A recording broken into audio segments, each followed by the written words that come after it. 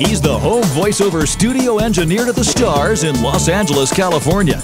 A Virginia Tech grad whose knowledge of the latest recording gear is second to none. He's a voice actor and the home studio master, hailing from Buffalo, New York. His home studio skills and knowledge of voiceover recording is unmatched. When Dan and George talk shop, people listen, and the talk continues tonight. Welcome to East West Audio Body Shop. And now, live from his high-tech facility in Santa Monica and his penthouse studio in Buffalo, here are George Whittam and Dan Lenard. Good evening, I'm Dan Lenard in the East. And I'm George. Happy Easter in the West. And together we are East West Audio Body Shop. Well, welcome. We've made it for another week somehow. This is our monthly Google Hangout. We still got a couple of seats. If people want to get in here, we can let us know in the chat room. We'll try and invite you in. But we've got, there's no real topic tonight. We will take questions and commentary and discussion from our guests, and so just about anything goes. This is viewer-driven. This is, yes, it's like, you get to run the show tonight. That's right. See how well that turns out. Yeah, that should be, that'll be different. This shows people that you know why we do this? We do this strictly to prove to people that we actually do prep for the show. So when we do a hangout, they see how bad it is. Then they can appreciate all the preparation we do for the real shows. Yes, but we never rehearse it, so it always looks very unrehearsed because unrehearsed.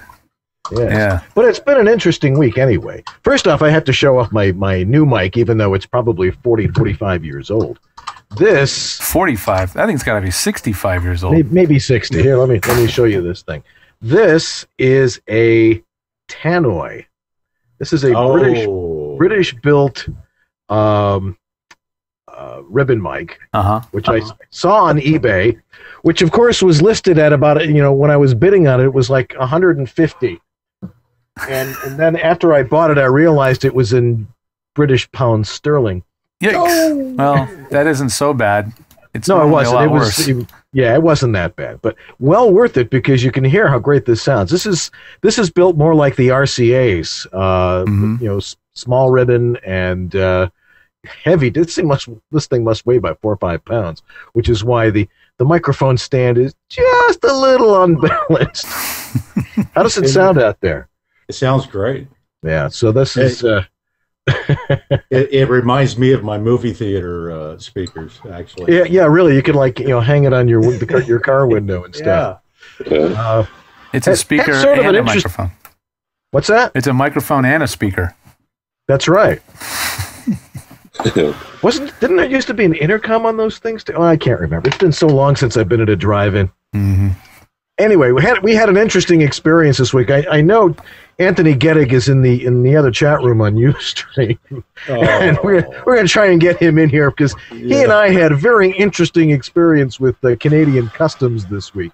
But we'll talk about that in a little while when he gets in here. But let's welcome our Hangout guests who are joining us at the moment. On the far left, we have the lovely and talented Ann Ganguzza. Welcome, Ann. Thank you. Hi, everybody. Awesome to be here. We've been wanting to get you on the show for a while. It's like, now you're just here for a hang-up. Now we'll have to have you for a full half hour. Or 45 minutes or whatever. Where in the heck are you? Who, me? Yes, you. Where am I? I'm in Southern California. In my office. Getting ready to eat. Just for the benefit of the other people that are watching the show that may or may not actually know you. No. Yes. I don't know how that's possible. Yeah, I know. I'm covering up my forehead tonight, too, just in case. Ann is one heck of an awesome marketer. I've been working all day today, actually, marketing. So, have some exciting things coming up on the horizon, so... Excellent. Feel free to check out vopeeps.com. I pretty much put everything there. Either that or my Facebook page. Or my Google. Cool. You're always working it. I'm always getting ideas from you. That's right. Thank you. That's a big compliment. And also joining us, just to the right of Mr. Whittam, is Jason Lawson. Jason, how you doing tonight? Doing great, everybody. Happy Easter. Now, where are you? You're in Virginia? Or Virginia Beach, Virginia. Correct. Virginia Beach. Lucky son of a gun. Yeah. Unless there's a hurricane coming around or something like that. But it's not even hurricane season. What do you care? Or you're getting caught in traffic sometimes, sure. Well, there is. It's bad traffic here sometimes, yeah. You know, everybody, it's like Congress heading out of Washington. They all go through Virginia Beach for Easter break and stuff. Oh, yeah. Yes. And to his right, we have a great friend of ours, Lee Pinney. Lee, how you doing tonight? Hey, good. Glad to be here. Now, how long have you been watching this show for? When did you finally discover us? I got suckered in about 14 months ago. Early, you were an early innovator then. Well, thank you for that. I've been called much worse. That's one of those terms that we used when I was in college, when I was studying when I was getting my master's degree in creative studies. They talk about different types of people, and there are early innovators, what's the word I'm looking for? People who do things, they I'm getting old. The vocabulary is just poured out of my ear here, and we'll be fine. You and me, Dan, we're right here. That's right. Yeah, I'm also adapters. excited. Thank you. No, it was early adapters. Yes, adopters. Yeah, Doug Unannouncer came up with that one. Not to be confused with an XLR adapter. That's right. I was an early adapter with one of those adapters. Anyway, so what do we want to talk about tonight? Don't all talk at once. Or all talk at once. I don't care. Yeah. All right. Crickets. So how many of you guys have used MicPort Pros? Yeah, I got a MicPort Pro. How many MicPort Pros have you gone through or worn out? Yeah, just the one so far. All right. That means you're not using it that much yet. Oh, okay. Had mine a week. And so how many does that make for you, George? Well, I'm not using one, but I do have clients of mine that probably kill one about once a year. Wow. Mine will be up for sale on eBay come Monday. I'll be getting the Scarlett 2i2. Oh, what a magnificent piece of equipment that is. Mine's right down there. And next to mine's in the booth. You know what? The thing about these MicPort Pros is, they're a great design, and they're really an innovative product. And there's not much that rivals them for their size and sound quality, but they have a few weak spots, and basically all of them are right here at the bottom. And it's mainly this jack right here, and they just wear out. They just get looser and looser, and the signal gets flakier and flakier. And I've been telling people that are really using them for mission critical, like bridging, Source Connect, ISDN, and all that, to buy it too. They're Sounds so like inexpensive. I once dated. Yeah, I mean, these are so cheap in relative terms for people out there doing promo for networks. I'm like, just go buy two, okay? Yeah. I mean, I liked mine. It works pretty well. It's just that, I never used it full time because I was always using, either I had a Firebox, and then I went to the one. It was something you use when you're on the road. That's what it was built for. It's something you use temporarily. So, yeah, I mean, apparently every time someone was like Skyping in on the Oprah show, they would send one of these out with a microphone to the guest. So they were getting heavy, use through them, and they really are what they are. They're quite amazing, but for a full-time home studio, not ideal. I mean, they're always falling on the floor. They don't weigh anything, so unless you tape them down or Velcro them to something, they're going to fall on the floor. Yeah, and they're easily confused as an asthma inhaler by some people too. Right. Yeah. George, what microphone would they send? Do you know?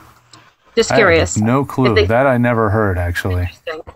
I bet it was like a Bob Heil PR40 or something like that. I don't know. just guessing. I have no idea. Some kind of probably a dynamic mic. Yeah.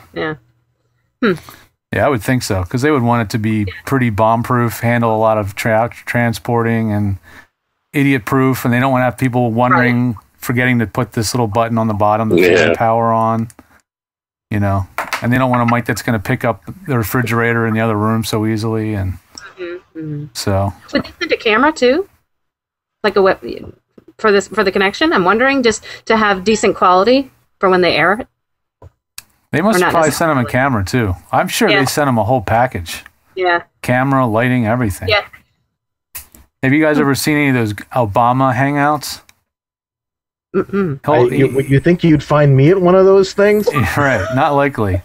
No, but highly unlikely. He does hangouts and on Google, and of course they look broadcast quality. Like when you watch one, it's like watching an HD TV show, you know. But it's Google Hangouts, and all the people that are in the hangout clearly are given, you know, are like prepped and given coaching on how to light and all this stuff, you know, so that they come off as good as possible. It's rarely a guy laying in his lounge chair with a laptop on his belly, you know. Although that would be a lot more authentic. Really? Yes. And joining us now from 1, 2, 3, 4, I got a gal in Kalamazoo, Anthony Gettig. Hey, Anthony. Well, get your mic on there. Yeah. There we go. All right. Yeah. Now, Anthony and I had a real adventure this week. On opposite ends of the southern Ontario borders. Now, how many of you, well, in the chat room and on the show, have ever crossed the Canadian border? That would be me. All right. When you cross the Canadian border, never give these guys any crap at all. Hey, nothing.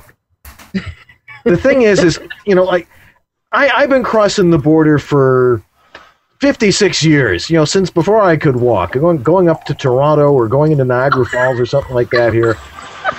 Never once have I ever been stopped, pulled aside, you know, despite what I might have had in the car many years ago. But this one time, now Anthony and I are going up to the VO and TO mixer up in Toronto the other day on Wednesday. He's coming from Michigan and I'm coming from New York. And you know, about within the span of about 10 minutes, I'm in Lewiston, New York, which is near Niagara Falls, and he's coming in north of Detroit and Sarnia, Ontario, and crossing the border there. And they take a look at me. You know, the guy in the booth there, and he's like, "Where are you born?" Buffalo. Yeah. Where are you going? Social engagement in Toronto? Yeah, what kind of social engagement? You know, and just by throwing me these curveballs, they never throw me curveballs. I must have the most honest-looking face around. You know, so I should have said, I'm just going to do a TV show in St. Catharines or something, and you know, they wouldn't have said anything. But this guy's like, yeah, what do you do? I'm a voice actor? Yeah, I think maybe it was the sheepish way I looked at it. And he's like, all right. Takes out his yellow pad. Oh, no. No, don't do Go over there. Oh. Yep. Over to the immigration office over there. Yep. Tony, what happened to you? Well, as you can you hear? You're cutting in and out. Yeah. Right here. I did. Just a little. Cut. Still. Yeah. Are you using an M-Box? Tony, are you using a FireWire audio interface? Are you using an M-Box? That's weird. Using track. The only other guest that we've had this problem with was Joe Van Riper the other week. Yeah. Where the audio would just cut in and out, in and out, in and out. No, for no apparent reason. The helicopter guy. Oh yeah. How about this? There you go. That's my So Logitech camera. Yeah. Mo better. Good. Well, so what happened? 10 minutes after it happened to me. Yeah. So Pat Sweeney can officially say he's had the Canadian government call him about one of his friends crossing the border now. That's the bottom line. Well, I had printed an itinerary for my wife so she knew where I was at, what I was doing, where I was going. And I had Pat's address and phone number and everything on there because I stayed at, what did you call it, Susan? Shea Sweeny, I believe.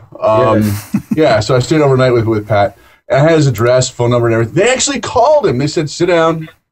And, yeah, it was a good 45 minutes. Again, the same thing Dan had. Where are you going? What are you doing? Who are you meeting? Do you have any mace or pepper spray in your car? They didn't ask me that one. Really? No. Really? I didn't look like that. Give me firearms. Yeah, because, somebody online said that you and I look like we belong in a rogues gallery. So, okay, that's fine. But no, yeah, it was a hoot and a hoot, as it were. So we had a good time though. It was a real hoot. But man, Pat's got a great group up there. I mean, just incredible group. I mean, Dan, what was there, like 50 people? I think it was about 50 people. It was close to about 50. Yeah, and it's not a big restaurant that we were in. It was pretty tight in there. Yeah, especially with the pool table in the middle of the room. But other than that, yeah. But it was a good time. I mean, just some wonderful people. There were union and non-union people, people at various stages of their home studio. A lot of interest in Studio Suit, which was kind of cool to see. Yay! Yeah, and Jim Van Horn. And Jim Van Horn. Wow, what a talent! What a great guy. I mean, I loved hearing his story. Really? Yeah. For real, it was a good time, and of course, got to hang out with the show, George. Yeah, he would be a good one. Yeah, he would be a good guest. Anthony, I'm sorry. Where are you calling from? So you must be to Toronto. In Kalamazoo, Michigan. Oh, okay. How long of a trip was that for you? It's about. Oh, because you crossed. About 6 hours. Okay. Yeah, 6 hours. So I made a little tour circuit. I went over to the VO and TO. Had a lot of fun with that, and then made my way down to Buffalo the next day and hung out with Mr. Lenard, who had come up the night before, and who very graciously let me record some pickups in the studio. And I'm telling you, the Studio Suit works, folks. I'm just telling you. I don't personally own it, but I'm telling you, I got to record in it, and it's freaking dead. You really need to give it some attention. Awesome. If you're building a home studio. If I can just, Dan, the peeps have been asking me about, the Studio Suit and what I think. I don't know if I'd like to get one. Maybe we can set one up out here on the West Coast. Oh, absolutely. Yeah, I'd love to do that. Yeah, we need to like throw it in front of George so we can all see it and then not see George. Then, let's definitely do something. Yeah, no, I'm going to ship a bunch out to the West Coast, and we're going to have a display at FAF Camp too. So if anybody's going to FAF Camp, you can see it there too. And you can always come over to my house. It's not a long drive, from just about anywhere. I'm from Rochester originally, so you're from Rochester. Oh. You're from Rochester. Yes, that's why I've traveled the Canadian border many, many times. I grew up in Rochester, so yeah. Oh, we're going up to Rochester on Tuesday. Yep. Oh, really? Whereabouts? For some science museum. The kids are on break, so the wife's like, okay. Well, why don't we go somewhere? Well, let's go to Toronto. Well, I was just in Toronto. I don't want to cross the border again. Yeah, exactly. Now you're afraid. I don't want to be interrogated again. Yeah, I'm going to be much more careful when I go up there for Voice World. But no, we're going to. We're not going to the Strong Museum. We're going to a planetarium and an art museum and stuff. Oh, yeah. Mm-hmm. Something my kids just love. Educational. Well, I have my family's up right around the corner from RIT. So. Oh, okay. So, I get up there once in a while. I try to avoid the snow, though. Yeah, well, they don't get as much in Rochester as they don't. Here. Oh God, no! I know. Yes. I know. Although my older son is about to go to Oswego next year. Oh, so, nice. Yeah, they get snow. Yes, they do. Anyway, no, we'll get some samples of Studio Suit out there for everybody, so you can see how it works. Awesome. I'm actually pretty impressed with how, we did a lot of research and development to really see how to use it, and we found out that it can be used in a lot of different situations. And I was at the music store. I've got a setup at a music store where I'm taking ukulele lessons. And they have a drum room in there, and I put a big sheet up in there, and apparently some drummer was in there practicing with his instructor, and he asked the owner, "What's this stuff? We need to insulate a computer room in our business." So it's like a whole new market for this stuff. And I'm not telling anybody what it is. It's a duvet I stole from. It's a duvet from the Omni in Charlotte. Right. I'd like the floral pattern, please. Okay. Well, that's the thing. You can put any fabric you want on there. The thing is, duvets will not work well because when you hang a duvet up, they settle, and then all the stuffing falls to the bottom. Yes. That's true. So they looks like they would work, but you hang it up, and after a while, it all just settles to the bottom. Well, the added bonus of Studio Suit is it comes with every now and then this really nice stamp that says U.S. right in the middle of it, which was awesome to lay out. Here we are in Canada. Yeah, and we're laying out this thing on the pool table right in the middle, U.S. You guys are smuggling in U.S. mill surplus materials into over the border awesome. to Canada. Yeah, that's one of the little bonuses you get. And if one of the other little bonuses is the instruction sheet that comes with what this stuff originally was and how you put up a tent with this stuff, and it's little stick figures, and it's really cute. So I think I'll just make a copy of it and just send it out with every sheet I send out. Anyway. Oh, Tony and I had a great time up there, and we want to thank the people up in Toronto because we had 50 people up there and made some great contacts. Here's the 3 cards I got. People in the chat room are talking about, getting through TSA, because that topic always comes up when we start talking about border crossings and microphones. And everybody's learned the hard way that you never, ever say you're carrying a shotgun microphone. What's this? Oh, it's a shotgun. It's a microphone. It's a what? Yeah. Bo Weaver, I think it was, said, carry the instruction sheet for it. Yeah. With, make sure the manual is there and you can say, this is what it is, and pull it out, and it lends some credence. Have any of you ever had to pull your equipment out and literally hook it up and show them that it actually does what it's supposed to do? Mm-mm. I had... Well, when they pull it all out, and then and then I'm like late for my flight, and I have to put it back in. And literally, they pull out all the equipment. Microphone. I mean, God, it was horrible. Yeah, multiple times. I think this is where the iPad comes in really handy. Yeah. Now that we can record on that with with an Epigee mic or something like that. Absolutely.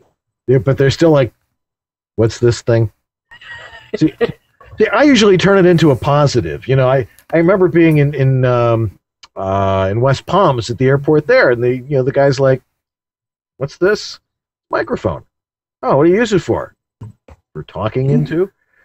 It's sort of like the same thing when you're in Canada when you come back in the United States and they go, "Where are you coming from?" and you go, I swear they just want to see over there, right? Hey, CNADA. But the guy's like looking at the mic, and he's like, I wanted to get in to do this. I actually do. I do some of the narration for some of the stuff we do here at TSA, and I'm like, really? He says, yeah, I got to set up a studio though. I'm like, you're talking to the right guy. Right through. And then of course you got to put your belt back on and make sure your pants aren't falling off. And, I'm telling you, they stop me all the time, and I think it's just because they want to look and and see what the equipment is. And literally, they, I've been stopped where they take their time, like, hey, what's this? And yeah, she looks like such a terrorist, I know, even the little Apogee and my iPad. I mean, it's just so cute, and you don't know what that looks like going through the X-ray machine. They want to look at your equipment. Wink. Ooh.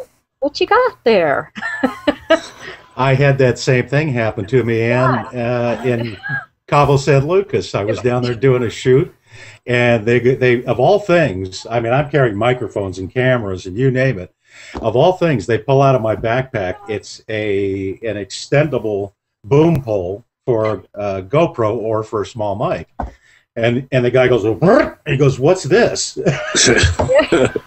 I said, you play with it. Yeah, they do. He starts playing with it. I thought, you can keep it if you want. It's $8 item. It's not going to hurt. Here, hit me with it. It's not going to hurt anybody. Well, I'll tell you what. Coming back from Canada was interesting. The guy that on the U.S. side says he sees my license plate, which says VO, dude. He says, "What does that say, VD, dude?" Like, oh, VO, dude. No, voiceover. He says, "You're a voiceover." Let me hear your voiceover voice. I said, "This is my voiceover voice, dude. This is just my voice, you know." Then he wonders. He says, "So what? Where have I heard you?" And I tell him about a commercial I did for Hoveround. Hoveround, oh, the wheelchair, yeah. Hey, roll down your window. Roll down your window. So he says, "Hey, tell Bobby over there he needs a Hoveround." I'm like, dude, come on. Oh, really? So I played along. What are you going to tell the guy's back and eat? What are you going to do, right? So I just play along, and I'm like, I roll my window down, and he says, "Hey, Bobby, hey, he's got something to tell you." I said, "He thinks you need a Hoveround." That's a command performance. He says, "Get out of here." Yeah, they do have you by the short and curlies, don't they? Yeah. Go ahead, make a break for it. We'll that was nuts. Has any of you ever flown over the White House, no-fly zone, by chance, by mistake? No. Mm-mm. I have. And how did that go? Oh, they had a state trooper waiting for us at the airport when I landed at Virginia Tech. Oh no! Yeah. And my uncle who was flying, he's like, "Are we under arrest?" And the guy says, "No, but I recommend you all stay here. Wait for the Secret Service agent. He's driving down from, 3 hours. I recommend you wait. He's going to be kind of upset, missing the game and all, coming down to see y'all." I'm like, "All right, yeah, we'll stick around." And he interviewed all of us. It was my uncle, myself, and my uncle's friend. And this is the best part of all. My uncle's friend was a naval pilot. So they really raked his butt over the coals. Oh, yeah. Who was flying? My uncle. We were flying in his little Aztec F twin-engine airplane. Oops. And it's like a small 6-seater plane, the kind that are really popular for flying drugs over the border. Oh. And I was surprised they didn't call Pat Sweeney. Well, I'll tell you, I was damn glad. I mean, looking back now, I'm glad it wasn't post 9/11. They would have scrambled the jets and shot us out of the sky. Yeah. Scary stuff. I mean, we were at about 11,000 feet. And I remember looking out the window. Actually, no, I don't remember looking out the window because I was sound asleep. I actually fell asleep. And so the guy was questioning me, the Secret Service agent was questioning me, and I said, "I was asleep, man. I really don't know what was going on." He questioned me for about 15 minutes. He took a Polaroid of me. So I'm in some file at the Secret Service now. This is pre 9/11, I'm assuming, right? Pre 9/11. Yeah, I flew under the George Washington Bridge pre 9/11. I don't know how that happened. What? But I didn't fly, but my friend did, and I don't know how we do that. But it was really cool. I got to steer, but other than that, we didn't get met by any, police or anybody. We didn't get in trouble. Thank God. But we would now. That's for sure. And what's really ironic is one of my good friends who was taking pilot lessons at the time at the same airport. It was at Virginia Tech. They had their own little airport. And he is now a Secret Service agent. So, weird things go around, Wow. He's actually been working with the president for the last, 7 years. Different presidents. Going way There's a great documentary on Netflix, by the way. I believe it's on Netflix. Netflix or Hulu. I think it's on Netflix. About the Secret Service. and what it takes to be in the Secret Service. They follow President Bush around, W, and it's actually pretty fascinating what they go through. Like when a president is going to speak somewhere, it's a good 3-week project to get security ready for him to show up there. I mean, every single step is choreographed. It's pretty good. It's pretty good. Oh yeah, it's worth amazing. watching. Somebody was asking What's what that? headset am I using? AirPlug for men? This Oh, that's one. George's headset. That sounds so fabulous. Ah. I want George's mic boom. I still don't know what that is. I'm convinced that if you've got a good acoustically treated booth, that you could use one of these mics for doing, say, audiobooks or any kind of really long-form narration where you don't want to be locked into a position in front of a mic for hours a day. And I think the sound quality would be good enough for audiobooks. Well, there's a good question. When it comes to audiobooks, does the sound have to be good enough or still good? Well, I think you need to listen to some of the stuff on Audible, and then you tell me. That's what I'm asking. Yeah. I think anybody who's a professional working voice actor, like all y'all, who crosses over, into audiobooks, your audio quality is already going to be a step above the majority of the book narrating people, at least the ones that have home studios.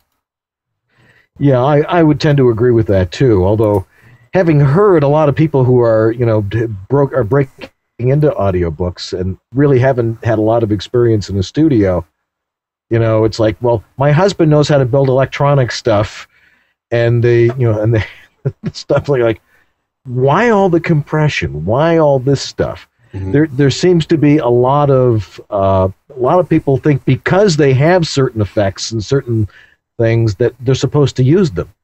George and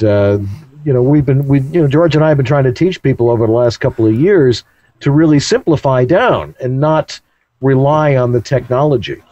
And I think that's something that a lot of people keep making a mistake on, that they think it's the technology that's going to make them sound great as opposed to reading properly and improving their voice acting and stuff like that. If you can get your room acoustics straightened out, it's amazing what you could get away with. I mean, that's right. The iPad mic built into the iPad sounds amazingly good. I mean, if you were to, I would never say use one, but as a case in point, you could do an A/B test between your great studio mic and an iPad. If they were both positioned properly, the optimal spot, and you use them the same way, I think you'd be amazed at how good the iPad mic sounds. Which is the size, the size of. I actually did a drop-in once with the iPad. Yeah. I mean, I added a T. It is so not. It's just not. It's not the mic, folks. It's just not the mic. I mean, there are certain mics that have a certain sound, like the 416. It just has a certain sound, and it's become an established sound. It's very popular in certain genres like promo and trailer and some commercial and stuff. And so, they like that sound, so they want you to use that mic. Or maybe the studio you work at already uses that mic, so that when you go home and do a pickup, they want you to match, so you use the same mic. Yeah. But other than that... What you got there, Jason? Yeah. What do you got there? You're just bringing in an umbilical cord or what? Jason. Yeah, I was running on battery power on my MacBook Pro, and I glanced up, and I had about 2% battery left. Oh, nice. Yeah, that's probably smart. So in other words, you're saying that channel strip. People don't need these? Yeah, what is that, George? Oh, it's something I pulled out of a studio. It's a PreSonus VXP. It's actually discontinued. They stopped making this probably 5 years ago.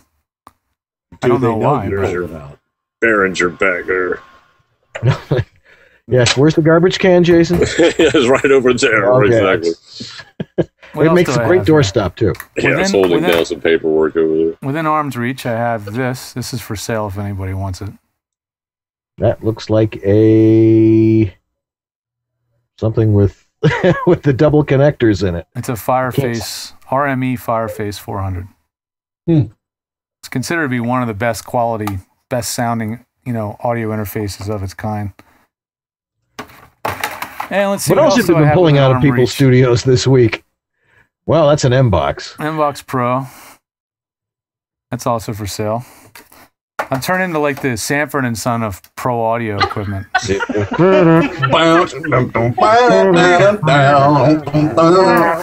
clients everybody knows that funk groove. They're too busy. They don't want to even deal with it. They don't want to put it on Craigslist, but they don't want to throw it out. But they don't want me to they don't want to just give it to me, because if it is worth something, they want to have something for it. You know what I mean? So what are you replacing that with, George? Oh, well, that guy, the one with both these different interfaces, I think he had the M-Box Pro, then he got the Fireface 400, and then he was trying to do ISDN and all this stuff, and he was trying to use the audio console that comes with the RME, with the software console, because it's got enough in and outs, and things loaded with I/O. Right. But to understand and use the actual mixing console on the screen with your mouse is mind-numbingly frustrating. So I still recommend people doing phone patching and ISDN to use a real mixer with faders and stuff. Speaking of ISDN. Yeah. Speaking of ISDN. Yeah. Good topic. Shall we discuss? We should. Ready? We should. Discuss. Let's discuss. Yeah, I guess there's a couple of states they're trying to toss it out. I think Verizon, right, is the first. Is that what you were saying? Because, George, you posted, I think, the first thing that I had seen in regards to Verizon discontinuing. Corvo did. Corvo is usually the first one. That's right. Sorry about that. To catch wind of stuff. He's pretty quick on the draw. I saw it in one of my feeds. I tweeted it. And May 18th is the official date from Verizon, but there's no press release or anything. There's no official press release. But someone in the VOBB said, just look at the back of your Verizon bill. It'll tell you right on the back that there's actually a statement on the back of your Verizon bill in those areas in the Northeast saying that as of May 18th, you will not be able to transfer your service, order new service, or anything. So wow. I don't know which states those are. It's the Northeast, so I'm going to assume that would it's be good to know. Pennsylvania, New York, Connecticut, all of New England. Yeah. But I don't know exactly. Yeah, where it's absolutely essential. But obviously the telco companies are not getting a profit out of it. It's high maintenance, it's high investment on their part and low return. And I would. Of course, I've been saying for years, it's the same thing for most people. You don't buy ISDN to get work. You get work, and then, you get ISDN if someone demands it of you. But if this is going to happen, this is actually a very good thing. I think this is a very good thing for everybody, because now they're going to have to rely on, people with their home studios, which means all your home studios have to be really good. And they're going to have to start believing in the fact that we can put out good quality audio, and it doesn't require a good engineer on the other end to make you sound fantastic. The only thing that makes you sound fantastic is your mic, a simple chain and source connect, and so you can talk back and forth. But you have the ability to record as clean and fresh as any of them can. And if they want to change it, if they want to do any post to it, they're welcome to do it. But over ISDN, it's it's been a dinosaur for a while, and now the comet is coming to hit us by. Now they'll just improve the technology for Source Connect, and Voice over IP. Right along those lines. Yeah. Yep. There's two comments in the chat room I'll bring up. First of all, Doug Turkel saying at least Verizon's being upfront about it. AT&T is just jacking their rates. Yes, they are. I was going to say AT&T is going the other way, just jacking rates. But the other question is, Voice Master Limited is asking what will become the LA standard. So I'm curious to know what you think about that, guys. Well, the only other service that has any grip, has any inroads at all into the broadcast or TV broadcast is Source Connect. They're the only ones that have made any impact and have really gotten anywhere, because they've been the talent have been using it as for bridging to ISDN now for 5 years.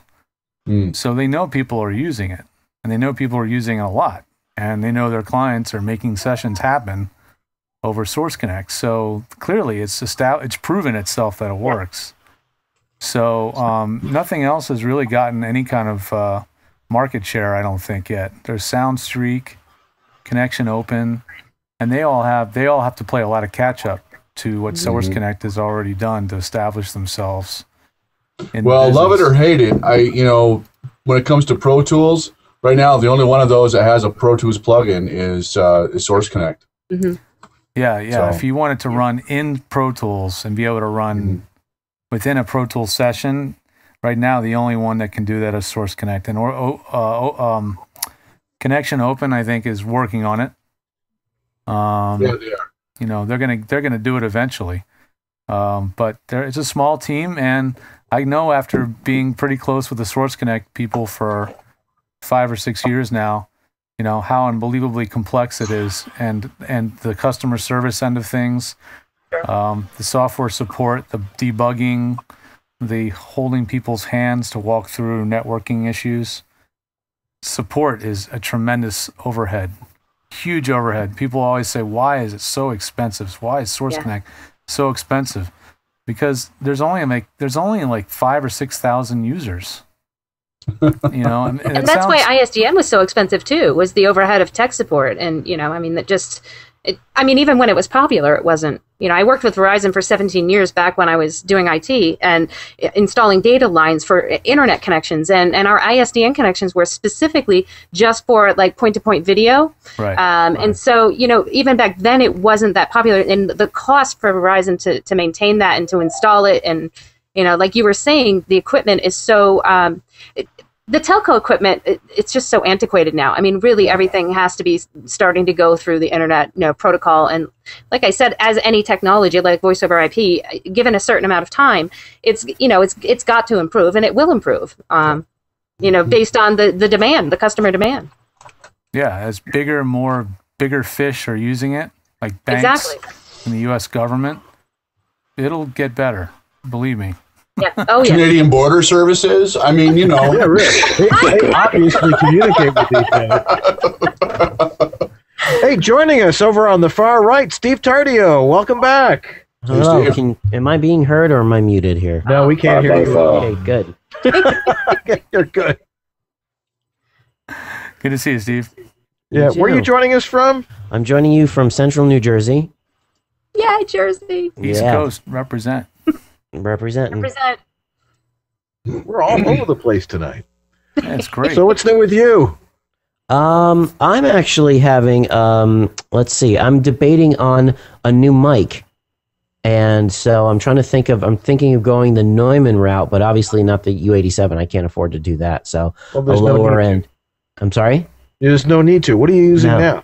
Well, this is a what do you call the Studio Projects right here? But this is for like my outside, and there's a lot of like room noise in here because I got a wood floor, and it's very echoey. So, and I've got my booth is in my closet where I've got I think it's working pretty well. I've got the 416 shotgun mic, so I think it's working pretty well in there. But I was thinking of maybe trying a Neumann out. Well, the one if the same sound you'll get with the 103. For about $1,500 less. And anybody there using a 102? Nope, nobody's using a 102. Pat Sweeney is. I saw it. That's true. My own eyes. Yeah. But the 103 is a little brighter than the U87. So if you were to mellow it out a few dB at the top, it's pretty darn close to a U87. Okay, that's the 103. Yeah. 103. Okay. Great microphone. There's a lot of voice people using it. It's not really used for vocal music at all. It's used for voice. I mean, for straight voice, and it's been a workhorse in the business for a long time. I'm hearing fade. I'm hearing.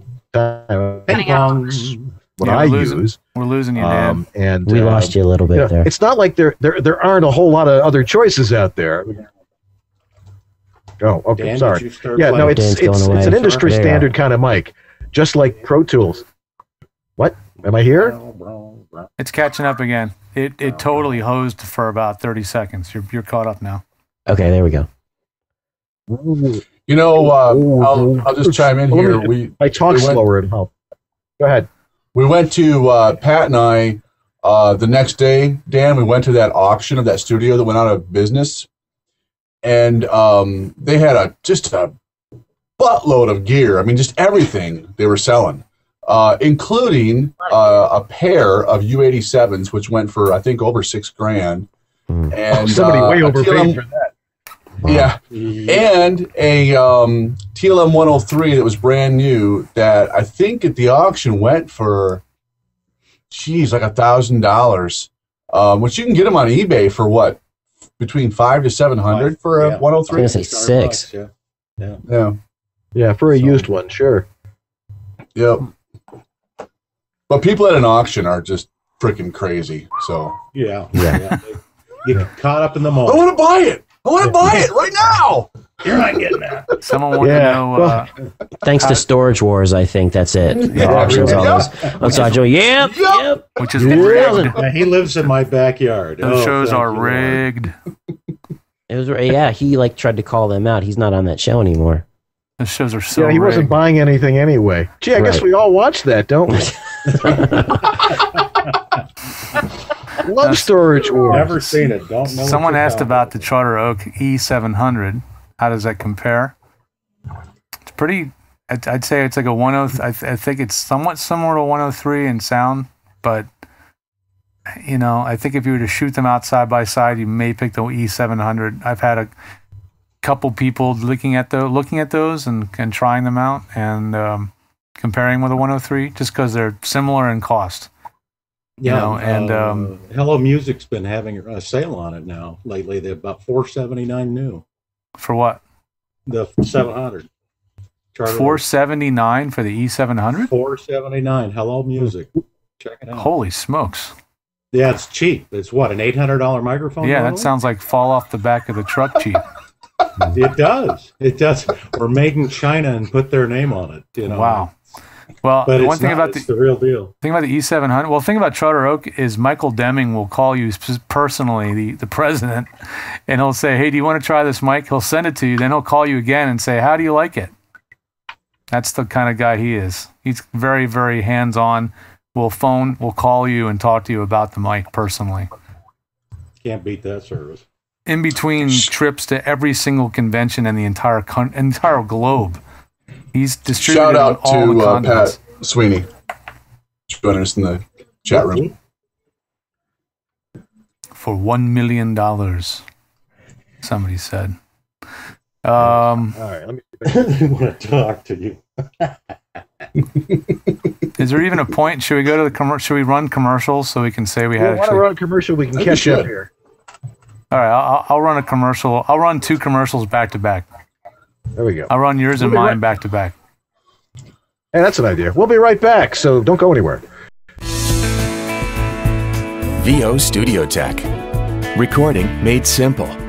Hi, I'm Peter McHugh. This is Jim Tasker from Los Angeles, California. Hi, this is Bill Ratner in Los Angeles. Hi, this is Scott Rummel here in Yorba Linda, California. Hi, my name is Rick Wasserman. Hi, this is Tom Kane. Hi, my name is Vanessa Marshall. Hi, my name is Zurich. Hi, I'm Mary McKittrick. Randy Thomas chiming in. Hi, this is Joe Szymanski. Hey, this is Rick Robles. Hi, my name is John Patrick Armstrong. I was turned on to George by none other than Don LaFontaine, who always swore by his health. George is absolutely awesome. ISDN, Source Connect, Phone Patch, FTP, you name it, George has set it up. It's really the best thing I've ever done for myself. I feel free, safe, fearless, like anything is possible in here. Unless you like to look for opportunities to waste time, call George. And he did all of that, long distance over the phone and the internet. I'm very happy with George, and I cherish him. Thanks, George. You make it easy.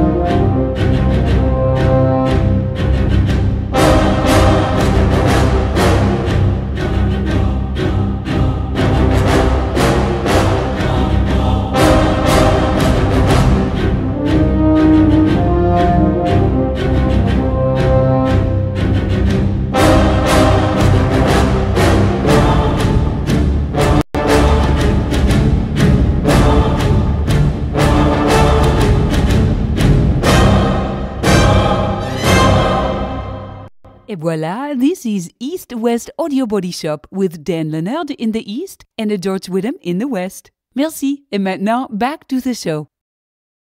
Bonjour, bonjour. Bonjour. Mais oui. You told me you couldn't speak French. I can speak a little. Okay.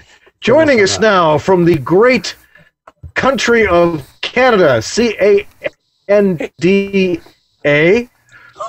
Pat Sweeney. Hey, how you doing, hey guys? Hey. Hey. Drinking, eh? Hey. One of the most fascinating things that we were talking about the VO and TO mixer we were at the other day, and the question came up. Now you can.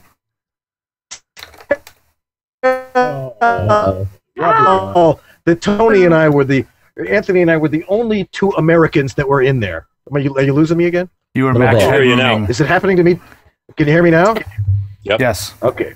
So the question came up about Canadian accents, and one of the gals that was standing next to me said, "We don't have an accent." Well, I put this American Canadian pronunciation sheet together just to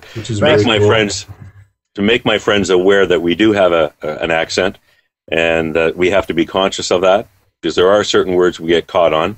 About would be probably at the top of the list, and I mean, there's no borders anymore in voiceover, as you all know, so we have to be very conscious of some of the words in our script. Because it could be the difference of being chosen for a gig or not being chosen for a gig. So we have to neutralize our Canadianisms. As do we. Well, that list you compiled is superb, and boy, it'd be great if you published it on a blog somewhere, or put it in a wiki somewhere because it's really good. It's a helpful guide, and it's not 100% accurate. And I put it originally together for myself. But I've had a few Canadian friends in the voiceover business look at it, and we've been adding various words to it. And we've also had Doug Honeroff, a dialect accent coach in New York, take a look at it, and he's given me some input as well. But it's been a lot of fun putting it together. Yeah, it's interesting that you say there are no borders. Well, after our incident this week, somebody came up with a great group name calling it Voiceovers Without Borders. Yeah, that was Paul Strickwerda. It was Paul, yeah. There's no borders in our virtual world, but in our physical world, there are borders. Yeah. That's for sure. And you guys found out about that. Yeah, we did. Well, we got to be careful with, guys like you. So... Well, you guys can rest well here in Canada, Pat. Yeah. So what was your thought when the phone rang and it said Canadian government on your cell phone? I'm getting onto the highway. I took a look at the auction items before you guys came up, and I didn't want to waste your time. And I got this phone on my phone call, and I'm looking Canadian government. Hey, finally they're going to call me for all that e-learning work that they need done. I'm thinking e-learning gigs coming out of my ears. So I answer the phone. Hi, Patrick Sweeney. And they go, is this Patrick Sweeney at patsvoice.com? Yes, it is. I'm thinking, okay, they're going to ask me questions about what I charge and what would you do for a 5-minute corporate video or something, or an e-learning module. And I put the phone down. I say, excuse me, I'm getting on the highway, and the reception is terrible, but I finally hear the last name Gettig, and I put 2 and 2 together, and I'm like, oh, geez, Anthony's been stuck at the border. So I immediately went into my mode of protecting my best interest, and I just rambled off. He's not doing any work. He's not going to a studio. We're going to a social networking mixer that I organized. Boom, boom, boom. Gave them everything they needed to hear. And again, we didn't corroborate our stories. I had no clue what they had told them. And I said, I'm going to take him to an auction, and we will next time. I told him he's not going to buy anything. Don't worry. He says, oh, he's going to an auction, is he? He never told me that. Anyways, I gave her what she needed, and she went back, and I guess the first thing she said to you is, oh, you're going to an auction, are you? Yeah. Oh. I said, but I'm not buying nothing. My studio is complete. I am here to observe. No, to all my friends in America, we love you. Come on up anytime, but just keep your answers short and sweet, and just say that you're visiting friends. That's it. I'm visiting my friend up in Toronto. That's right. I'm going to a party. Exactly. We love to party up here. I'm going to drink a lot of beer, eh? Anyways, I don't want to bore the people. Hi, everybody. Yeah. Hi, Pat.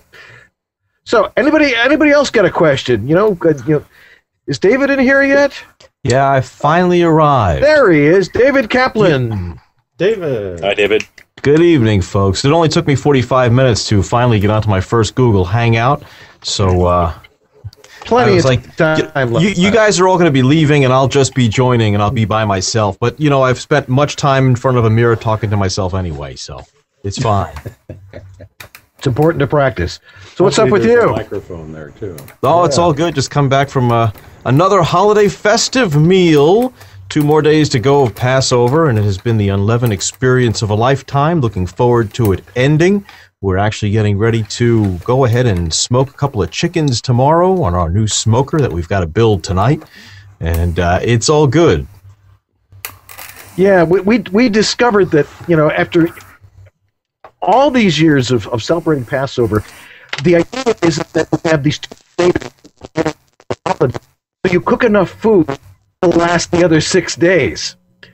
So the missus doesn't have to cook it all, because you end up eating a lot of leftover chicken, leftover brisket, It's been nonstop eating now, and I got to get back to the gym and get into the regular routine because I'm having a hard time breathing, and it's going to come through in my reads if I keep going at this rate. Yeah, I've got to get back into hot dog buns. Opening day tomorrow. New York Yankees, New York Mets. Excited about that. Can't wait. Go Tigers. Go Jays. Go Bisons. Yeah, we're looking forward. 2 in 1 day. It's gonna be a rough one. We're excited though. There's a game tonight, isn't there? Houston and Texas. I am not sure. Yeah, the Major League season starts tonight. Yeah. So it's all good. So what did I miss? I missed a lot, I'm sure. Oh, it's been a riot so far. But we're more concerned about what you're up to. What stuff you're working on these days. Well, I've been busy. Just finished up an audiobook all about the Cold War in Prague, where I really had to learn German, Russian, and Czech. And that'll be coming out soon on, of course, audible.com. So that has kept me very, very busy, which is good because the particular timing there was that it got very slow with all the other projects. And then bingo, the audiobook came along. So it just seems to come along nicely. And that plus a bunch of e-learning stuff. And of course, Thursday was very busy with everybody wanting everything before Good Friday. And of course, before Easter, everything was, we need this yesterday. And so just been hopping through hoops. So trying to kick back a little bit today and say, okay, I just need a little bit of a breather because I know that this will probably end up being a very busy week. Yeah. Now, how many of you have ever noticed that Friday afternoon about 5 o'clock is the one time you have to be paying attention because that's when they all need it? Yep. It's wonderful being at the bottom of the food chain, isn't it? Especially when I find if my whole week has been junk, I can almost put money on the fact that Friday afternoon, I'm going to make up for it. Yet if it's been a good week, it's usually pretty slow on a Friday, and I can take some time off. But come on, guys, we're VO. We're 24/7. At least I know I am. This is just the way it goes. Absolutely, yeah. Or the other way to guarantee some work is to plan some time out of town. Always. Well, I tell you what, I was in Chicago back in December, and I figured it was going to be slow. It was right around Christmas time, and sure enough, I got hit with a bunch of work, but I was lucky enough to find a studio. Even though I had my Apogee mic and my iPad, my iPhone with me, it just wasn't quite good enough for my standards because, we're crazy about our sound quality, and of course, I'm sure it was fine for the client, but that's when I discovered a great studio in Chicago called ARU. They were magnificent at working with folks from out of town. They were thrilled. Oh, you're from New York. Come on up. No problem. We'll give you a great rate. And their rate was so good, it actually ended up costing me nothing. And they gave me a hat for my little bald head because it was cold. And they were thrilled to have me. And I was thrilled to be there. I only wanted the booth for quiet. And they said, no, take the booth. Use the equipment. Here's an engineer. And they did it all for me. So if anybody's in the Chicago area or needs a studio in Chicago, I recommend ARU. Highly. Yes, it doesn't. It's always a sad thing to be sitting in a terminal, getting ready to get on your plane, and pulling out your iPhone. I think I'll check my email. Ah, crap! Not now. Oh, always, always, all the time, no matter what time of day, no matter where you are. It's always like now. There's a video of Peter O'Connell recording an audition in the, I don't know if it's Delta or American or United, whatever, lounge at an airport. He whips out the 416, does the recording, and later on you hear that he actually booked the gig. Is that right? Eh? Wow. Yeah, Peter travels an awful lot. Yeah, he does. He's on the road a good deal of the time, so he has to. This is one of these things. No, I'm not a big fan of recording on the road. How many of you guys record on the road on a regular basis? And whenever I'm in Buffalo, I'm at Dan Leonard's house. There you go. With that studio blanket. That's right. Sorry, studio suit. I got my own marketing department. I love you guys. No, I mean, I was impressed with it. I swear to God. I mean, we hung it up in Pat's room for a little bit, didn't we? You could sleep on it. You could use it in a recording studio. Well, you know what? It's a great pool table cover. I'm thinking about putting that inside my whisper room. I tell you, there's 100 ways that you could use that. Change the sound of my whisper room right away by putting some studio suite in there. That's what I'm seriously considering. Yeah, it will make sure your booth does not sound like a booth. And it does, unless I get real close on top of that microphone. I really find that it just sounds like a whisper room. And I'm thinking of maybe selling it and moving into a Studio Bricks. We'll see. Well, I'll still open give for you discussion. My 2 cents on the Whisper Room versus Studio Bricks. The Whisper Room has may not be great, but they have a fully realized, properly set up ventilation system. I was wondering when you were going to chime in again. And I've been in the chat room. Whereas the ventilation system on the Studio Bricks, people are saying it's not quite keeping up when it gets pretty warm out, or when it gets warm in the booth, because it's just not capable of circulating enough air quickly enough. And one reason for that is the ventilation unit, the fan unit on the Studio Bricks is physically inside the booth with you. So you have to run it at the absolute slowest fan speed to be able to use it during recording. And then when it's at that low speed, it's not really doing anything. Yeah, this could be a problem. You have to turn the speed up, down, up, down, up, down, or take 2 seconds to open the door and shut it. I was going to say, that's better than what I used to do when everything that I owned, and as I started out in the business, every piece of equipment was inside my whisper room, which is 4x4. And in the summer, there was no air at all, and it must have been 110 in my booth. And I was working just about as naked as you could possibly get. You got to have a little piece of something on just to keep just so you don't stick. You don't want to stick to the vinyl seat, right? But, I'd be doing takes, and audiobooks were impossible because you're trying to open the door there and get a little ventilation in. So, as my business has grown from being in the closet to being in the whisper room to now finally having a real studio, I've experienced everything in terms of temperature. So I'm sensitive to it now, and if I can make it as comfortable as possible, then I want to. So, George, thank you. That's good to know about the ventilation system because, And is there any way to kind of retrofit that so you can have the unit physically outside of the booth? You would think so. I haven't gotten a chance to be hands-on with one yet. Matt Weewell, one of my clients in the Midwest someplace, has one. And I was like, can you rig up the ventilation on the outside? He was like, I don't think so. And I asked the guy that designed them, and he said, no, it goes on the inside. And the way the air has to go in and it has to go out, right? There has to be an inlet and an outlet. Right, got to flow it. So the intake, because the unit's sucking the air in through the roof, and is that right? Actually, I think it should be coming in from the bottom and out through the top. I think it's going the opposite direction on this one. Yeah, it's pulling cool air through the ventilation at the bottom through only a 3-inch hole, mind you, which is another big problem. It only has that much of a surface area to pull in the air. So the smaller the aperture, the noisier it's going to be, right? And then it's going through this sort of funny kind of, it goes through a hole in the ceiling, passes through sort of a cavity between the two ceiling pieces of material, sort of just kind of like a plenum, just sort of kind of air sort of slides through, and then it exhausts through a different hole in the roof. And that's how he handles keeping noise from coming in through the ventilation. But it just can't move enough air quickly enough, I think, is the problem. Now, I'm not a big fan of the voiceover booth products, and it's not because they're not good at what they do. The products are good. They sound good. They're they do the job, but the assembly of the voiceoverbooth.com is a nightmare. They're not good at what. And so what I like about voiceoverbooth.com though is their Gold Series booths and better have a really good ventilation system. They have a 6-inch air inlet and outlet, and a big silencing unit. The fan is inside, and it is very difficult to hear the system when it's on.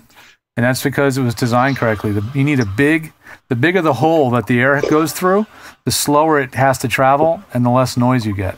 Sure. Yeah. So that makes a lot of sense. Yeah. Yeah. Yeah. Now joining us from Miami, Florida. I think we got almost all four corners of the country. The announcer, Doug Turkel. Hello there. Doug. Hello, Doug. Long time no see. How are you guys? And lady. We're doing great. Fabulous. Thanks for hanging out. Oh, this is my first time on one of your hangouts. What are you up to besides from trying to stay cool? Welcome. It's been kind of cool here. It was. You're gonna hate me. It was in the 70s this weekend. So. Oh, bummer, man. Oh, jeez. I'm gonna cry now. The 70s in my studio. That's about it. Sorry, Doug. I know how to make an entrance. Yes. I always say, get everybody on your side right away, right? That's right. That's right. So, any thoughts on all the garbage we've been talking about? Pick a topic.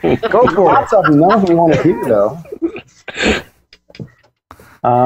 Somebody was asking, I think it might have been Susan, about my booth. It's a G&K, which is a Gretsch Ken booth, very much like a whisper room, by the way.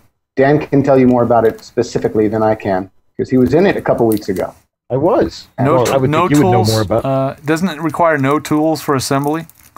It does require absolutely no tools. And like any whisper room booth, it's not a soundproofing space. It just helps keep, they were originally designed, to keep, for musicians to play in there and practice trumpet and stuff so that they wouldn't annoy their neighbors so much. So they're more about keeping sound in than keeping outside sounds from getting inside. But I'm in a relatively quiet space to begin with, so it's just a nice, controlled environment in there. Yeah, I noticed that when we didn't need we didn't need an intercom. So, all right, try that one again. The talkback is just me standing outside talking a little bit loud so that Dan can hear me on the inside. Pounding on the door and... Yeah, but it goes together very easily. It's 6 pieces. It's a floor, a ceiling, and 4 walls, and they sort of snap into place. It takes it's much easier if you have 2 people to do it with, but I've put it together by myself before, and it works really well. I'm doing a bunch of work out of it, and nobody has complained that there's any cone reflection, unlike Dan Lenard. Yeah, cone filtering, that was the problem. The pieces are very large. Yeah, the pieces are very heavy and large on that booth, but it's easy to assemble once you get the pieces where they need to go.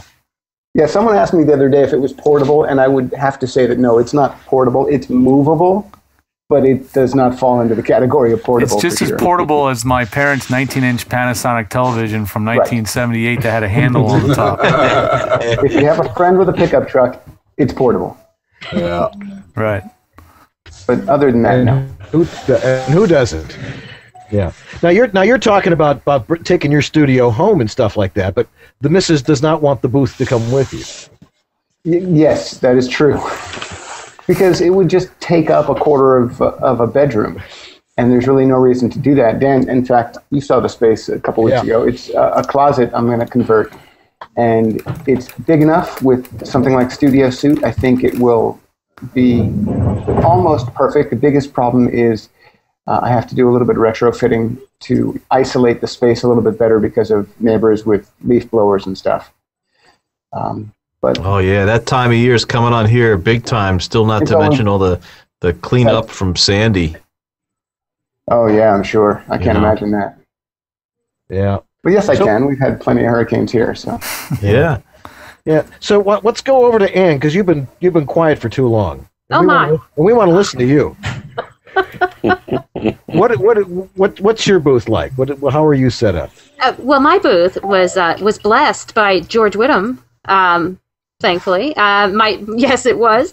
My father, who's pretty handy, actually built my original booth, and then I wanted to upgrade it, and so I had George over a couple of times, and actually you can kind of see.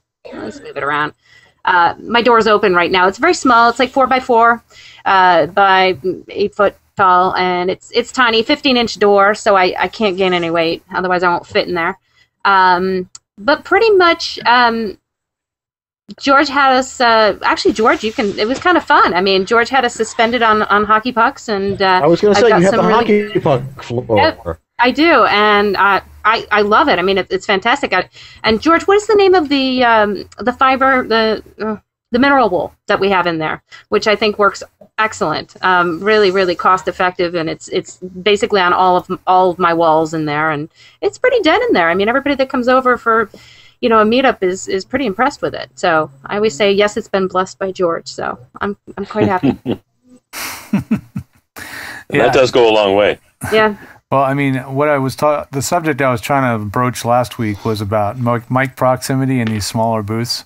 And you definitely have to be on mic. You can't venture too far back from the mic. As soon as you get maybe more than 8 to 10 inches away, no matter how well it's treated in these really small booths, you start to hear that room more and more. Dan, would you agree or no? Yeah. The smaller the room, or the larger the room is.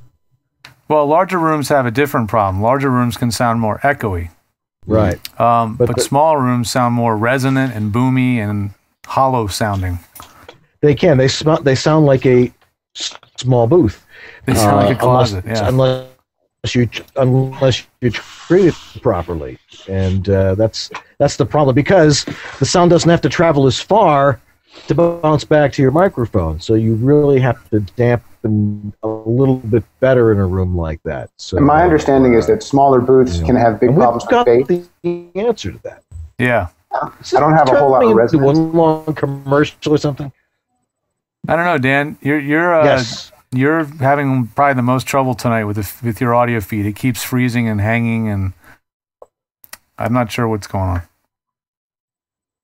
I'm even wearing a hat to try and keep myself warmer. Right.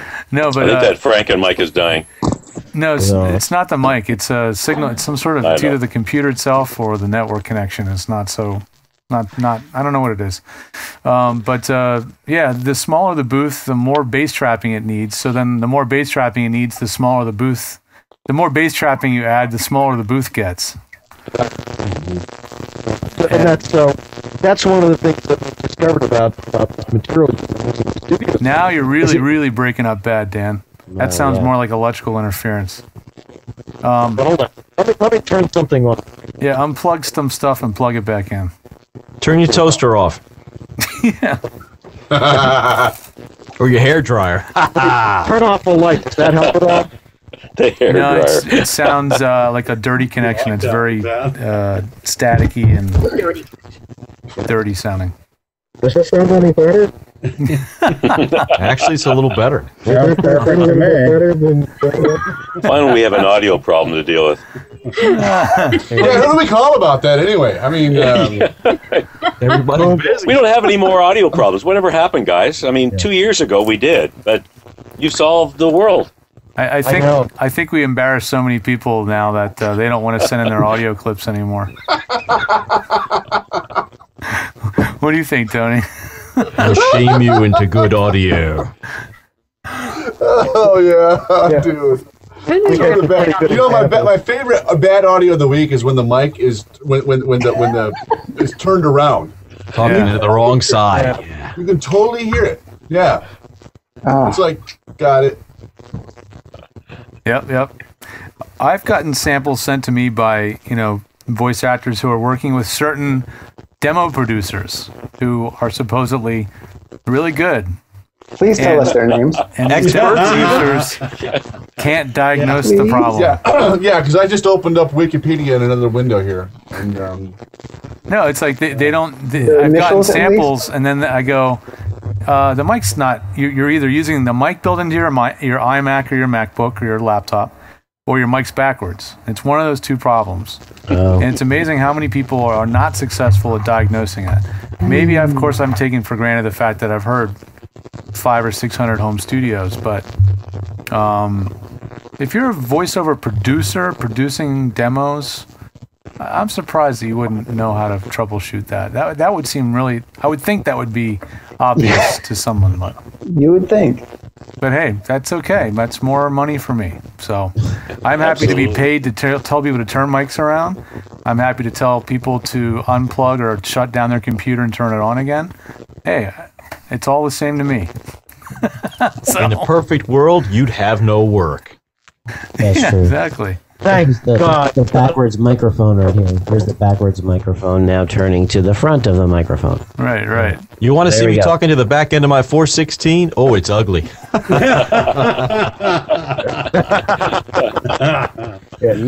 Be careful not to back into it either. Oops. Can you guys hear me now?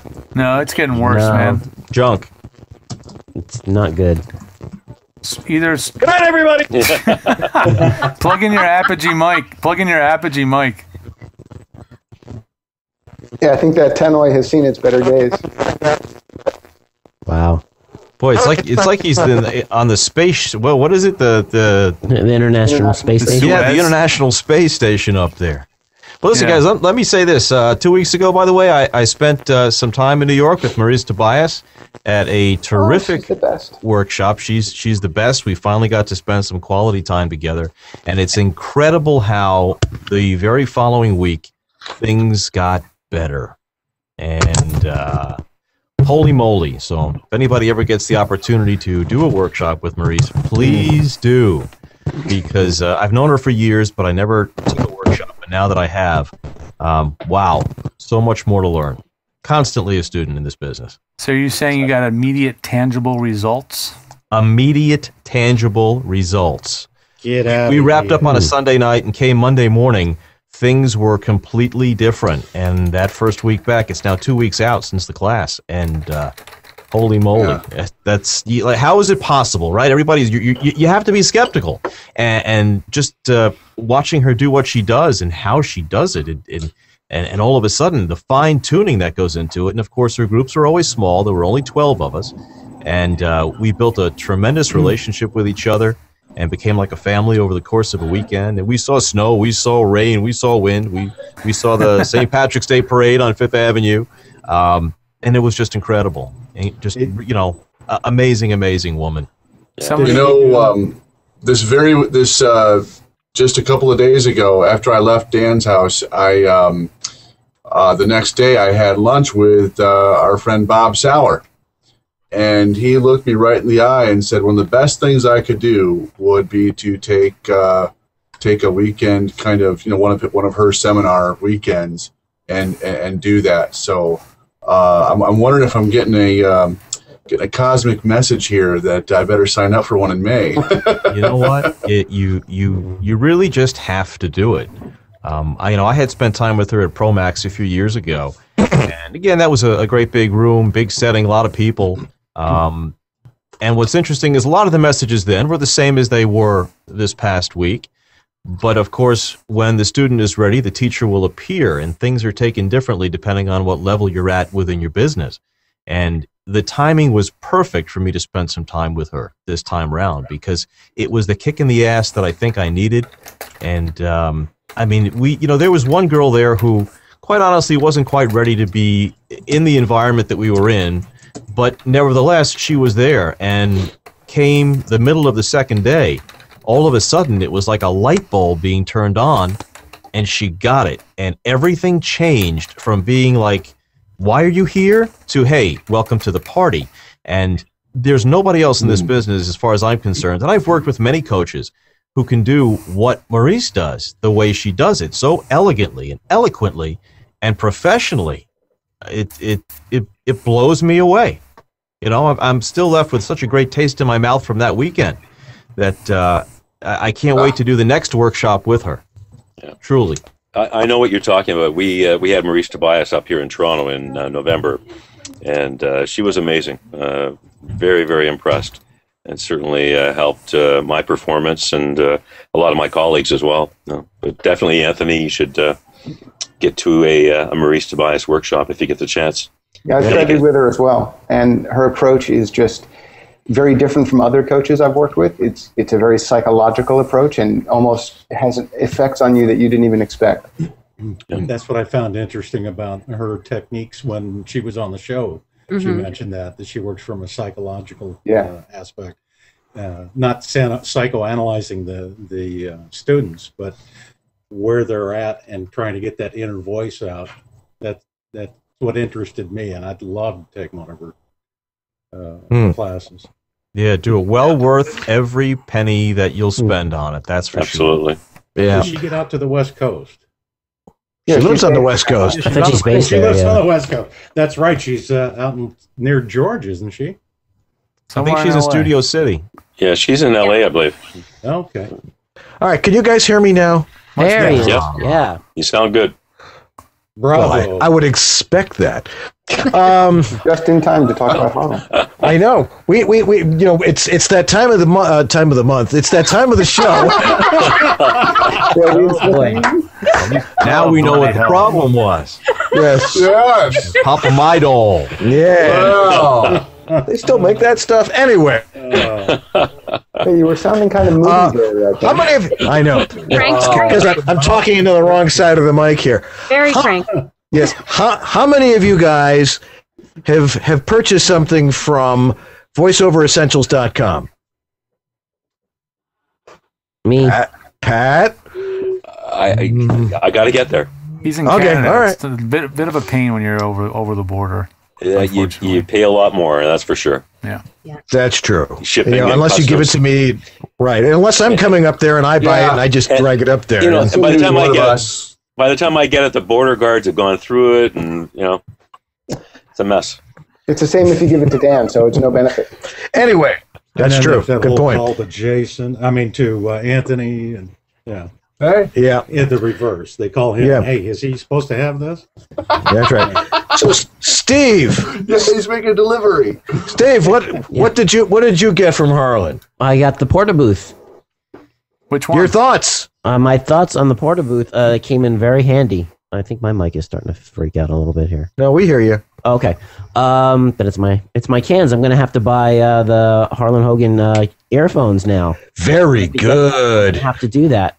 But yeah, the Porta Booth was pretty awesome. I was very happy because I am in a room here that with the wood floors, and sometimes it doesn't really work out if I go into the booth that I have, which is just my closet. So I needed a little more room when I was reading an audiobook, and that seemed to do the trick for me.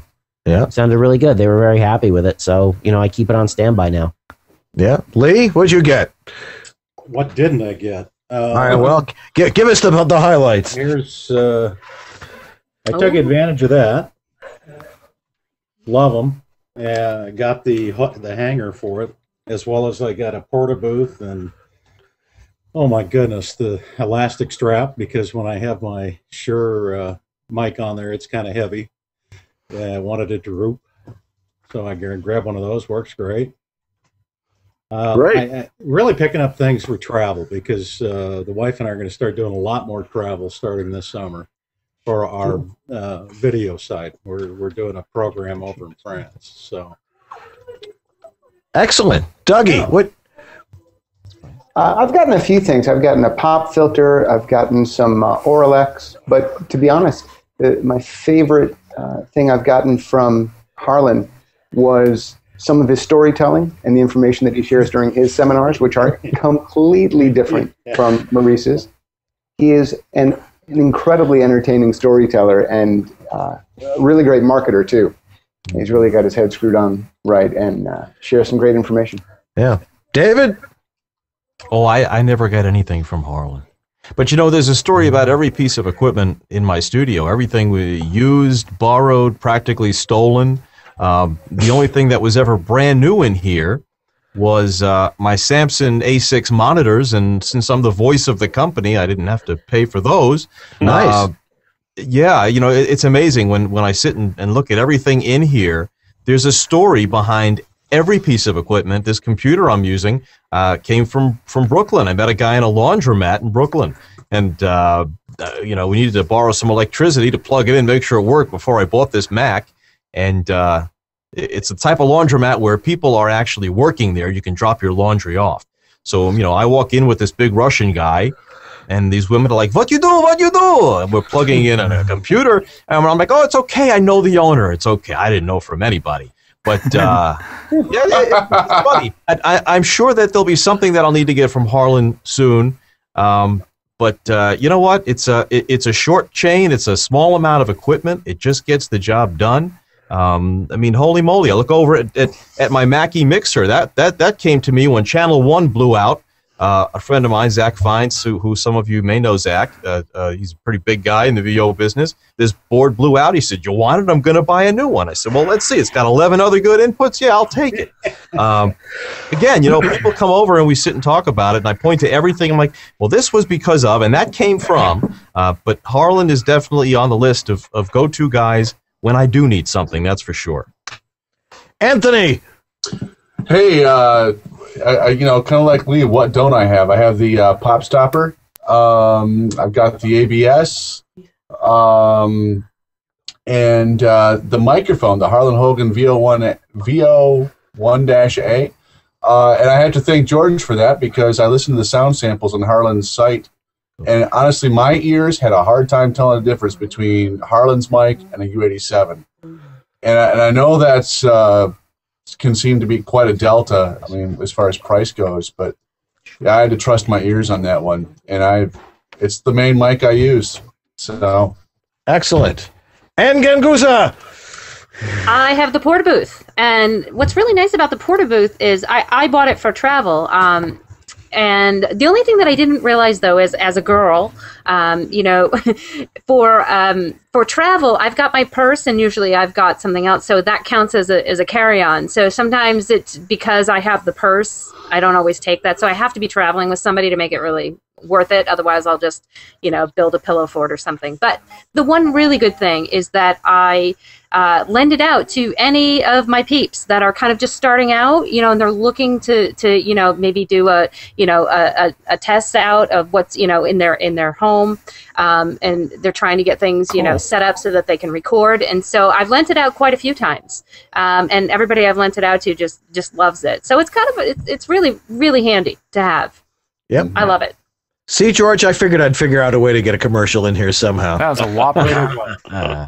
I'll make sure awesome, I send Harlan the YouTube clip with this spot in it, because he always watches it. Just don't include my piece. No, we'll just cut that out. Anyway, go over to voiceoveressentials.com, and you'll have all these fun stories too. So, and you'll learn about unplugging the Coke machine in a hotel and stuff like that. Yeah, how do you record? You unplug the Coke machine, or shut down the elevator if you have to. Yes, and put a "Do Not Disturb" sign out there. So he's got a million of these stories. How many of you would find a pop screen specifically made for a 416 a valuable asset to their kit? Okay. Where's it from? Bring it on. I need it. Yep. Uh-oh. Wait a minute. That looks familiar. I know where it's coming from. Where's it coming? Is it coming from Q? I just bought something from Q. It's going to be custom made, right, George? That's awesome. The same guy makes these.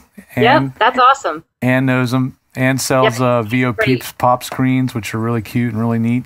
Yep. Oh, I like that, George. Show me that again. Could you show me that again? The EWABS pop screens. That's really You're not going to hear her ever say that again. The EWABS pop screens, which we're trying to get some, see if it's worth making our order. And then, yay! Thank you. This is a prototype, obviously. And we got them in 2 different sizes. There's like that's the smaller one, and then he made a bigger one as well, because I thought maybe the smaller one might be too small for some people. I don't know, but anyway. Well, George, if you want to send me one to test out, I'll be more than happy. I'm running 2 416s, one in the booth and one in the control room. So okay, yeah.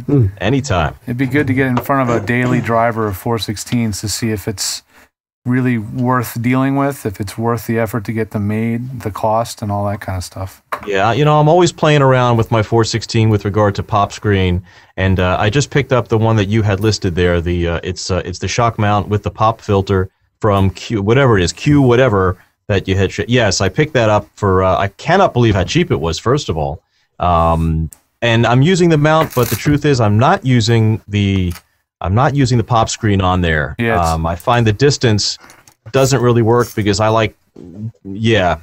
it's got some issues. So I'm making the mount work okay.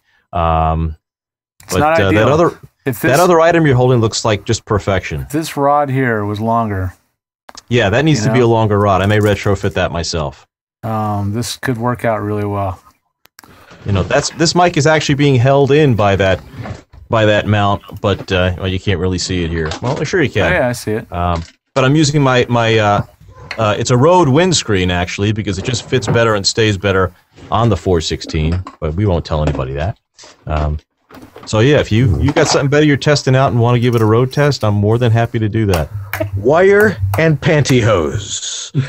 I love that. Hey, George. Is that for now or for later? George, can I ask you, the new one, the prototype you're looking, is that made out of plastic, or is he going with a new material there? Oh, this one I have here is made out of plastic, or is it Yeah, it's not made out of fiberboard. It's made out of plastic. Right. Okay, yeah, that's what I thought. So this is too. Yep, as is the EWABS one. It's plastic. Yes. Oh, they've all been plastic, right? Yeah, mine's the fiberboard for the older model, and then plastic for the newer. Right. Yep. Okay. I have. But it's amazing how this stuff works, though. Peter Piper picked a peck of pickled peppers. So. Yeah, this is the original fiberboard. But yours isn't pink. Mine's a pretty pink. It is. It's very cute. Come on, for the girls. For good cause. Yeah, yours is true. for good cause.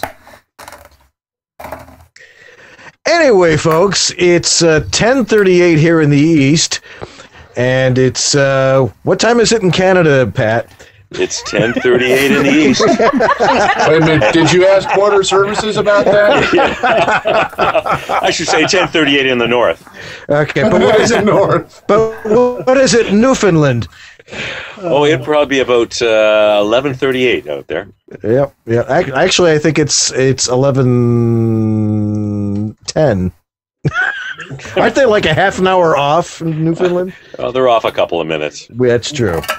Anyway, they're off already. Well, folks, we're getting towards the end here. This is probably one of the best Google Hangouts we've had so far. Wouldn't you think, George? Yeah, it was a good old time. Well, look at the people in the group. Absolutely. Sure. We've always talked about, do we want to do any pre-production for the Hangout? Do we want to get cut topics? Do we want to, but I think the whole point of this thing is for us is that we don't have to do any prep. Mm-hmm. We don't have to give it any thought. We can just log on and start the show and just hang. And that's the whole point of the Hangout. It's not going to be as interesting to everybody that's not not into our group.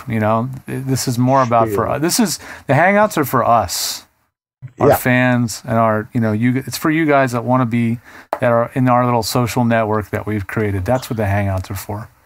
And not only that, there's still 30 people watching on Ustream. I know, which is pretty impressive. That they would just watch us, talking. But I think that's what people like to hear. They're probably in a coma from eating all the Peeps. Wait a minute, I was eating the chocolate covered Peeps. I just had to get that in. Oh my gosh, Peeps will be half price tomorrow. So that's true. Got to head to the store and stock up. Yeah, I'm still trying to figure the religious significance of Peeps. Well, some people eat them religiously. That's there it is. That's it. Zing. And on that note, well, everybody, Anthony, David, Dougie. Who else am I missing in there? Lee, Pat, and Steve. I remembered all the names. And some naked guy behind David there. Oh, yeah, that's whoa. That's Michael. He watches the show religiously with me. He's also a VO, voice of Yu-Gi-Oh! Yes, we know. Good advertisement. Now we know why those 30 people are still Yeah, here. that's right. That's right. That's what they're saying. Kids, six-pack, 14-year-old. That's right. That Thank was you. a religious experience. Wow. Go. Anyway, now you hit the sound effects. Yeah. It's interesting. We put the mustache thing on here, and then nobody really notices one on me. We always forget. It's kind of weird. Yeah. Anyway, thanks everyone for joining us tonight. Next week, I believe we have Joyce Castellanos with us, and the following week, I have the list here somewhere. I always forget to load that up before we start. I had it loaded up, but I do know for a fact on April 21st, the long-awaited return of Dr. Joel Bernstein. For those of you who remember Dr. Bernstein, he will be returning, and it's going to talk about hearing loss. What? That's right. Roll and flick. Roll and flick. What did you say? Boom.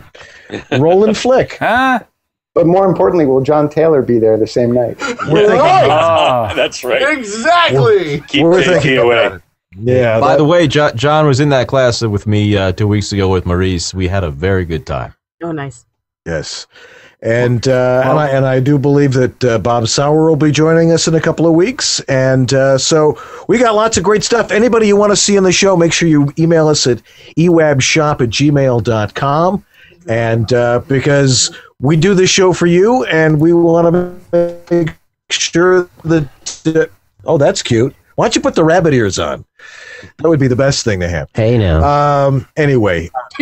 Hey, now. I'm going to wrap up the show. But that's going to do it for us this particular week, and pleasure having everybody. Oh, I got to get those to die effects. out again, Dan. But we do have Anthony Mendez on the schedule for the 14th.